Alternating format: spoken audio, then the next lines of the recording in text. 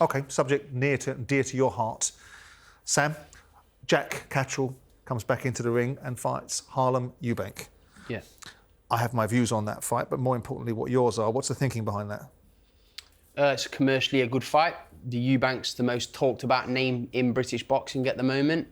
And look, Jack came off a disappointing narrow defeat against Barboza for the interim world title in the last time out. So rather than take a fight against somebody no one's heard of in the top 15, an available name is Harlem Eubank. It's at 147. Yeah. I mean, so Jack Catterall's at a stage in his career where he has to hitch his wagon to the Eubank name to be able to achieve economic, commercial and fighting outcomes on the back of being dreadfully treated over the Josh Taylor fight in terms of losing that fight, which he won, taking forever to get Josh Taylor back into a ring, having to fight Jorge Linares, having to fight Regis Prograis, and having to fight Arnold Barboza, not getting a world title shot. And don't start to me about interims. I'm talking about world title shots. And now he's got to go and hitch his wagon to Harlem Eubank. He's got no one on his record. Simon, Barboza and Jack was a final eliminator, interim world title fight. He shouldn't have needed a final eliminator. Regis Prograis should have been that, shouldn't he, Spence? Sure, but that's absolutely. It's not the way the world works, though. Do you have, though? Yeah, but what I'm saying is, in an look ideal at the names world, that he'd beaten. He should be a world champion. Jack should be a world champion, and he will be a world champion. But right now, as you know, you're not daft.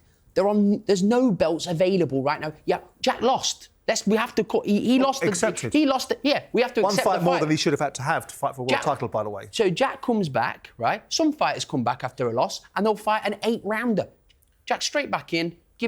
Harlem Eubank's undefeated. We don't know how good Harlem Eubank is, but it's a fight that will sell a lot better than fighting somebody in the top 10 that nobody cares about, because that would be slagged off. Jack's future, where does that lie? In the super lightweights or in the welterweight division? I wouldn't. So where does Jack's future lie? Is he moved up permanently, or is he coming back down? Jack can fight at 140 still, right? Okay. And if the opportunity's there, Jack will fight. There's a Dalton Smith fight that can happen in the future. Right now, if you're looking, like, people keep saying to me, fight Dalton Smith. Listen, Dalton Smith is not going to fight, and Dalton Smith is someone I respect. He's Grant I respect. If you're looking after Dalton Smith, you're not handpicking Jack Catterall as a fight now, because your next fight is for a world title. Why do you think Eubank's handpicked Jack Catterall? Eubank shouted at Jamie Conlon, who looks after Harlem Eubank. Eubank's handpicked. Yeah, that's correct. Eubank's picked him. Jamie Conlon rang me and said, and I was thinking about making Conor Walker, the current British champion, to fight Harlem Eubank. Jamie Conlon's rang me and said, why not Catterall? And obviously I'm spat my tea out because I'm thinking he's on something here. And then I thought, thinking, yeah, I like it. I like the fight. The economics of the fight. I like the fight. What does it do for Jack, besides boost his bank balance? It doesn't give him any more. Does it give him more credibility? I mean, Harlem's got a fantastic rankings in the 147 division, and Jack will have chances in the 147. All I'm saying is, right, and it's not a money grab. It's a fight that the British public can get behind. Do you agree with that? That's a fact. Were there any other? I look at it. Do you know how I look at it? Were there any other opportunities down at super lightweight for Jack before taking this fight? Yeah, you can have another highly ranked WBO contest, for sure. Jack's still highly ranked in 140 division. I mean, I look at it, and I understand what you've said. I look at it as how the mighty have fallen for Jack. That's how I look at it. I look at the fact that the guy, and again, I'll rehearse what I've said a moment ago, which is, should be a 4-belt champion. Agreed. Right? Didn't get that. Took forever to drag Josh back into that rematch. Agreed. Got no reward for that, really, besides the fact that ultimately he laid a ghost to rest. Yeah. Right? Has to fight Linares. OK, it's an aging Linares, but still a dangerous Linares.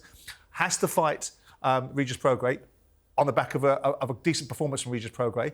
Then has to go into one more fight than I think he should have had to go into for a world title. And his reward now is he gets hand-picked by Harlem Eubank. Simon, this is the world. Unfortunately, but this is what I'm saying. Jack, let's look at it right. Jack Catterall has headlined 5 times now in this country. His profile's grown. His bank balance has grown.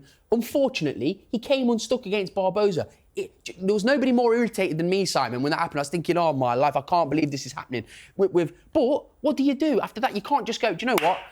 it's an easy world, isn't it, to say, we need a world title shot. Jack deserves to. He's more deserving of a world title, to be a world champion, than anybody, Jack Catterall, after what happened to him. But ultimately, you've got to rebuild it. But you've got to rebuild it and do it smartly. You've got to be involved in fights that people care about. How good's Harlem Eubank? We don't know. Is Senior going to be rocking in with his sheriff badge? It's a fight. That's why you've said it. Exactly. It's the most bankable name in British boxing right now. It's a fight that people will be interested in, and you will be as well, Simon.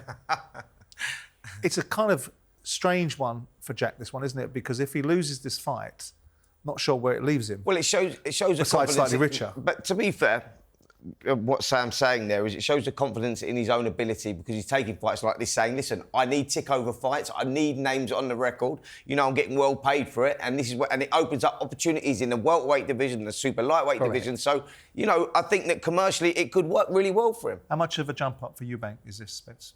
Oh, huge. If you're talking about jump ups... to Marbella. No.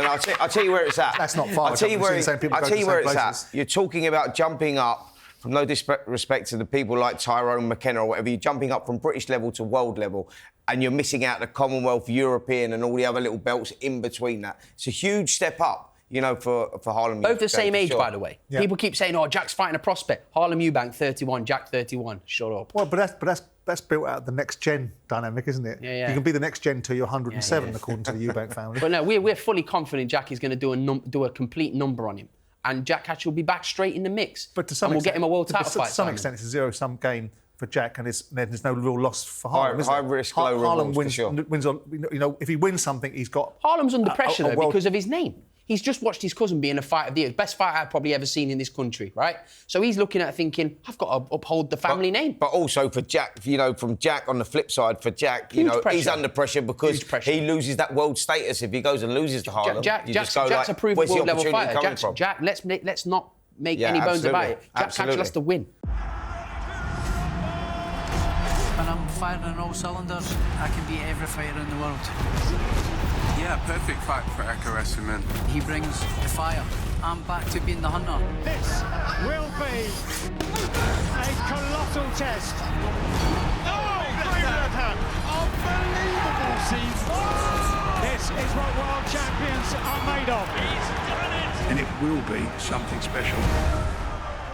This weekend, live on DAZN, we've got the return of Josh Taylor, stepping up a weight class, fighting Ekko Essuman, who I watched beat Chris Kongu on the Liam Smith, Chris Eubank Jr. undercard a couple of years ago. This is not a cakewalk for Josh, is it? No, listen, this is a tough fight for Josh. Ekko Essuman's one of those guys that sort of brings it. He's very tough. He's got an unbelievable engine. Yeah, the engine. And we saw him against Owen Cooper last time out when he had to pick himself off the floor. In one of these knockdowns, you go, he is out before he hit the floor. He got up, turned it around, and ended up knocking Cooper out himself in the 10th round. I mean, look, Essuman is not an easy fight. He's only lost to Harry Scarf before. And you go, it's about opportunity. And this kid will bring it. He's 36 years of age, I know that. But he's still a very dangerous fight for someone who's moving up in weight, like Josh Taylor. And if you look at Josh Taylor, I was looking down his record. I think the last victory, really, you're looking at him having, legitimate victory in my eyes, I'm talking about, is Ramirez. You go, because the Catterall fight, I thought that he'd lost that, but he didn't. So you look at... Let's not go into that. Yeah, I'm not going to get into all that. But what I'm saying is, so you look at that and you go, he's had 5 fights in the last 5 years or so, and he's only won sort of one of those. You go, so he's in a dangerous place right now. He needs to win against Essuman, who's a tough fighter. It's the same as Jack would just said. He's got to win. Like, Josh Taylor's got to win. And listen, a lot of people listen, I've had my words with Josh, and I will, but let's not forget the fact, undisputed, 4-belt champion. Josh Taylor's a great fighter. And if Josh Taylor's the Josh Taylor we know, and Josh Taylor that turned up against Jack Catterall in the last fight, Josh Taylor will come through this fight. 100%. But Ekko is as tough as a pub steak. He will give it to Josh Taylor. So Josh has got to be on his A game, but I expect him to do, and I hope he does as well, because he's front of his fans and he deserves his homecoming. Yeah, absolutely. So, I mean, I think it's fair to say that we would all, without putting any additional pressure on Josh, he would know it himself, that this fight is probably make or break for him. Absolutely. Now, if it's make, right, where does Josh Taylor go? You've got the 147. Is it Barrios? Yeah, I don't think it's Boots Ennis, is it? No, listen, Barrios would be a great opportunity for him because he's probably the weaker of the champions. He holds that WBC belt, and it's a winnable fight for Josh Taylor. I think that we're in a position here with Josh now to he's talking about make or break, but we find out exactly what he's got left now, as in he should be an overwhelming favourite against Ekko Esserman. You know, a guy, when you're looking and doing comparisons and talking about levels, Josh Taylor do you think Josh has still got the juice left? And, you know, obviously, I think we probably think, with no discredit to Jack, that making the weight was a problem for Josh, even though he denied it emphatically. You don't have that, Sam. I promise you, I know Josh's nutritionist, Carl Evans. I'm telling you now, it's not a problem for Josh to make 140. But do you think he's going to be better for being up at 147 now?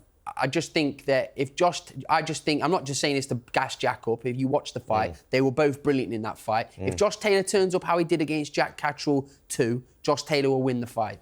Do you see any parallel universe, given the fact that we're talking about names being indexed to people, that ultimately makes economic sense? Yeah. Do you see that Josh Taylor taking on Conor Benn at 147 is a fight that would be made? I think it's a huge fight because of Josh Taylor and his resume, and Conor Benn, and, you know, coming off the back of that defeat against Chris Eubank Jr. But he stopped Rose in that fight because he answered a lot of questions about himself, about his durability, about whether he could compete at world level. And, you know, he delivered, Conor Benn. So I think that's a huge fight, Josh Taylor versus Conor Benn. And it's a fight that Josh Taylor's shown interest in as well. Right, for you guys out there, don't miss Josh Taylor versus Ekko Esserman this Saturday, live only on DAZN. Sign up at DAZN.com/boxing. Right, that's it for episode 121 with Talk Boxing with Simon Jordan and Spencer Oliver. Sam Jones, thank you for joining us. Thank you very much, guys. And we'll see you guys next time we're out.